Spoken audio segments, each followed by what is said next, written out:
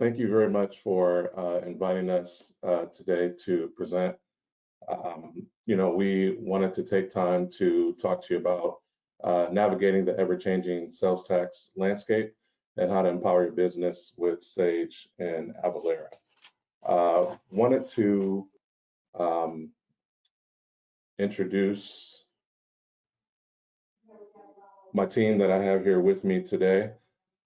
First, we have Matt Pasquale. Matt is a partner sales manager here at Avalara on our Sage sales team. Matt has been with Avalara since 2018. Next, we have Jason Warren. Jason is an Avalara founding team member with 23 years in accounting and tax compliance technology. Jason has held various technical roles at a major accounting software publisher. Jason has also held many roles here at Avalara, biz dev, customer success, and sales. Jason currently leads our Avalara consumer use team.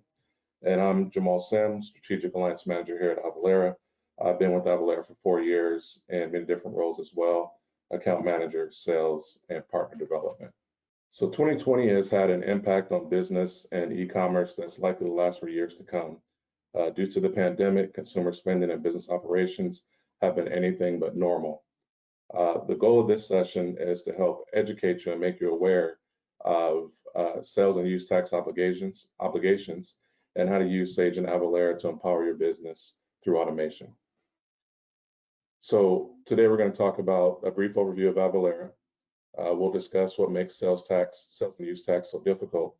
We'll also demonstrate how the Sage and Avalara integration can empower your employees and elevate your business. And we'll discuss Avalara consumer use tax solution. And of course, we'll have Q&A at the end. Avalara was founded in 2004 to tackle the problem of sales tax and now serves more than 30,000 customers through more than 800 pre-built integrations. We have offices here in the US, UK, Brazil, India, and Belgium. And now I'll turn it over to Matt Pasquale. Perfect, I appreciate it, thank you. Thanks everyone for the opportunity to speak today. Like to start out by talking about the foundation of sales tax, right? And that's Nexus. So when it comes to Nexus, that's really based upon where your presence is throughout the country, as well as where you're really doing business. And a lot of that changed with a Supreme Court ruling in 2018. I think we'll talk about that a little bit further. But when it comes to sales tax calculations up front, really it's just we like to say the tip of the iceberg. Because what goes into those calculations is more than a standard rate, right? It's actually based at an actual address location. So even inside a single zip code, there can be 6 to 8 different taxing jurisdictions. And then outside of that, as your Nexus profile continues to expand, you're also starting to become liable for collecting exemption certificates from your exempt businesses, whether that be resale, government entities, educational, etc. But a big piece of what we're helping businesses with every day is understanding the taxability of a product or a service. So that's a big component on how we understand where a tax or a service or a product is being provided in one state versus another, and the differentiating taxability there. So if you can go over to the next slide, we can talk a little bit about economic nexus. So the Supreme Court ruling in 2018 basically gave the states the ability to put an economic threshold in place. The vast majority of states are about $100,000 in revenue or 200 individual transactions that are happening into a state. That being said, there are some outliers. So, the state of California, Texas, New York, a little bit higher of thresholds, but then we've seen, a couple of, really aggressive states come on board. For instance, Kansas said all remote sales would actually trigger the obligation to collect and remit sales tax there. So once again, this is really based on the location that we're shipping a product into or a service is being rendered. So when we're talking about, sales tax, one thing that I've really started to understand more and more as I've spent more time at Avalara is what a big part of state's budget is based upon sales tax revenue. The last time that we looked, it was roughly 45 to 50% of overall state revenue was based upon sales tax that are collected. So as you go through, you're seeing, almost every state at this point in time put economic nexus laws in place, and now we're seeing different marketplace laws that are coming out, and use tax reporting the same exact way. And a few of the triggers that we're really seeing that are, causing challenges for business is, adding new product lines in and understanding how they're taxed based upon the region, adding into or going into new states, right? Understanding those taxing jurisdictions that would apply, right? I think the last time that we got a count, we were just over 12,000 taxing jurisdictions across the U.S. As whatever your growth strategy may be, if it's through merger and acquisition, right? That can certainly automatically, qualify you or start those triggers for you to have to collect in additional states. And this is all something that we can help with, right? So Avalara's job, if we move into the next slide here, Jamal, Avalara's job is to really take all of the necessary transaction information from your system and bring back an accurate sales tax calculation in real time. So here at Avalara, we have about 150 individuals whose sole job is to do research with state and local government to make sure that we're able to provide the accuracy guarantee that we have, whether that be jurisdictional assignment, product or service taxability, tax holidays. That's what that team's focus is. So we first have to understand is who is your customer, right? Who are we selling to? So we give you the ability to store exemption certificates, collect them directly within our system, so that would speak directly back into Sage as well. But then as we take that data, we're looking at that ship to everything that's being sold to understand how it's taxed in that region, and then pushing everything back into what I call a liability worksheet, right? Exactly what it sounds like, a worksheet of all of your sales tax liabilities based upon the filing schedule that you have with each state, right? So monthly remittance, quarterly, annual, etc. So we then take that information and give you a couple of options, right? You can take that and make it your own. But the vast majority of our businesses also, would utilize us on the remittance side of things as well, as an end-to-end tax provider. So really up front, this is sort of the path that a lot of our customers take, right? So working from left to right here, up front, it's really important for us to, get that foundation down, right? Understand where your business is obligated to collect and remit sales tax. We have a team dedicated to that here. Once we are aware of where you need to register, Avalara recently, actually acquired businesslicenses.com. So we have the ability now to register you to collect and remit sales tax in those states, right under one roof. And then once we have that and we're set up in states, that's when Avalara can start our job, right? Assist with implementation, get a tax engine in place to allow you to calculate the correct sales tax amounts moving forward, make sure that you have a streamlined process for managing your exempt customer base, and then obviously a much more streamlined process around the remittance of sales tax, right? As your business is expanding their presence, it'll only become more tedious as you're in more and more states. So, we take that off of your plate as well. That being said, I'll hand things over to Jason, opposite side of things, but has been an awesome product launch for Avalara in the last year as our consumer use tax module. Jason heads that up, and I'll hand it over to you, Jason. Thanks, Matt. Appreciate it. And thank you, everybody. Appreciate your time today. As Matt was outlining for you, Avalara, has the technology, and near and dear to our heart, it's all about getting the tax compliance, the tax automation, really an integral part of your business, because just like all things with regards to how you're doing overall accounting, how you're managing your sales and your overall growth, it's so important to have a tax strategy that will scale with your business so that you can ensure that you're really maximizing your margins and reducing where you can your overhead and your risk. And that's what this is all about. So the flip side of sales tax is use tax. And all too often businesses are overly reliant on their vendors at the time of purchase for determining what, if any, tax might be due on those purchases that you're making to your vendors. And I'm not just talking about purchase of inventory. I'm talking more about the purchasing that you're doing for your offices, your locations, whether those be home office locations for your employees, or if you have corporate offices spread out throughout the country. Ultimately, the buying that you're doing there, you want to make sure that you are doing assessment on those purchases after the payment of that bill has already been made to that vendor, just to capture and to report accurately on how and where that product is being used. So on the next slide, as we continue through this flow, we know that just like with sales tax compliance, for businesses across all sectors and all industries, use tax compliance can also be a constant battle. And for a lot of companies, their controllers and their tax managers are using manual approaches.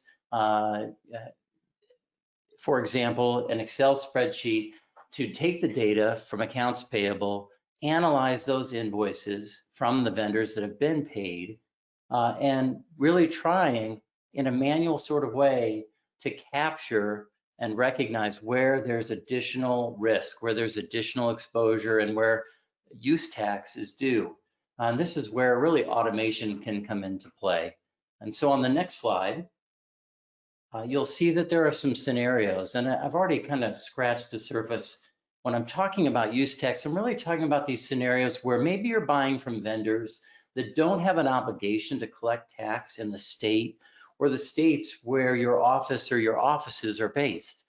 And so even though that vendor or those vendors are not charging any tax when you're making those purchases of things like laptop computers, for example, or software, user license or software as a service, that doesn't mean that there's not an obligation. And we find that states will really hone on this in the event of an audit.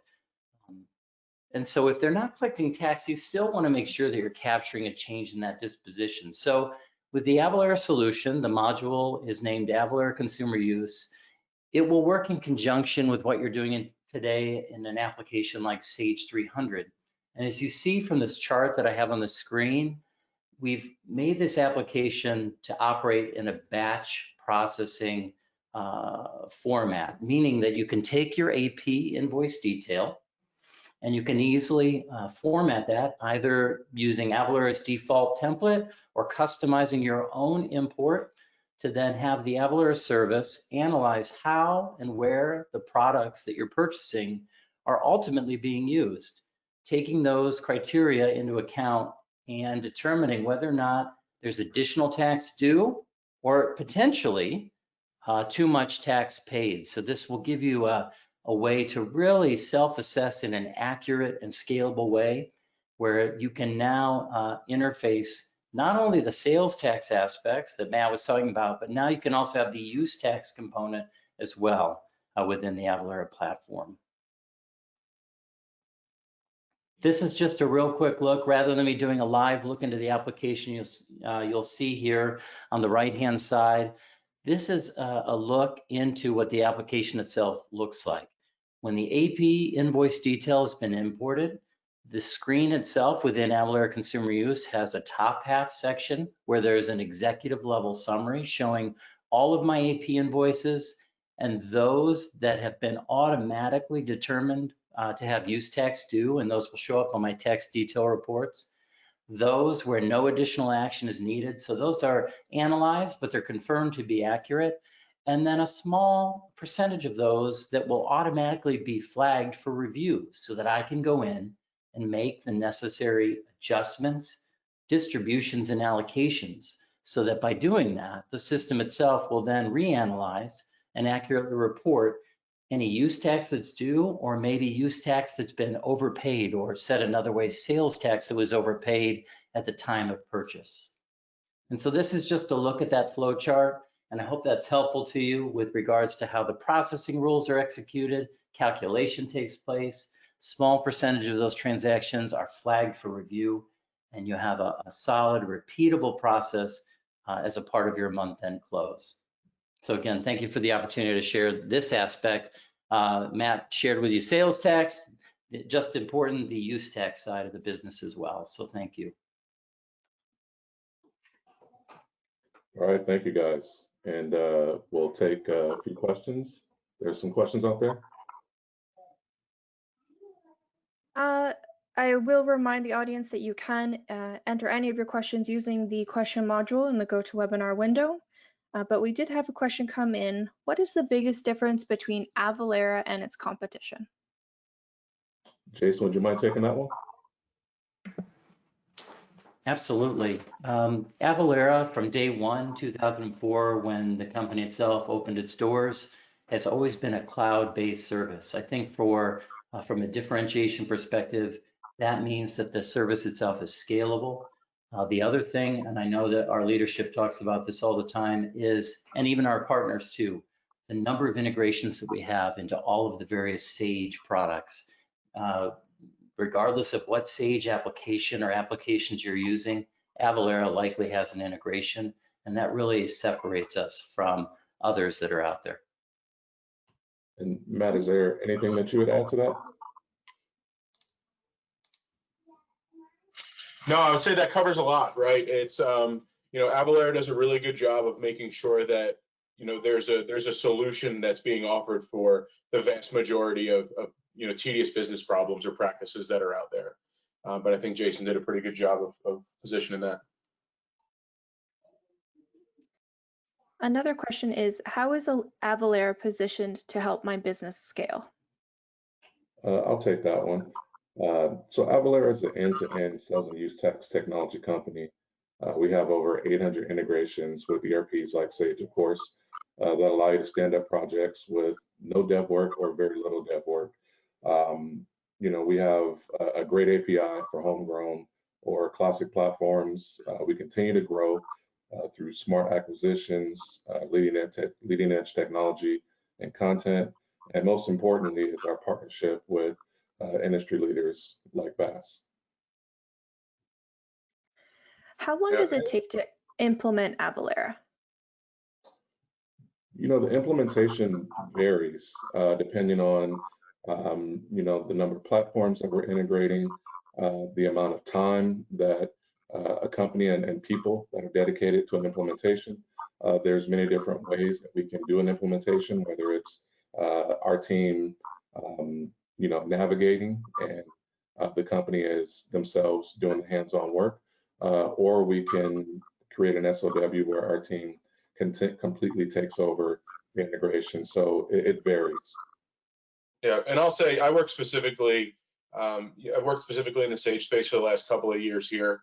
Our average velocity of customers getting up and running, obviously it's going to depend upon the complexities of a business. We're right in that 50 to 60 day window. Amazing. And another question we have is, I primarily sell to Canadians. Am I able to use this with my e-commerce platform? One of the biggest differences that we've seen is, with 2020 and COVID and the pivot, the explosion of e-commerce is the need to have sales outside of the U.S. Or I'm sorry, outside of Canada. If you're just within Canada, you may not have a need for Avatax or for the consumer use module, but once you step outside and begin those sales into the U.S., you will have a need to automate through Avalara.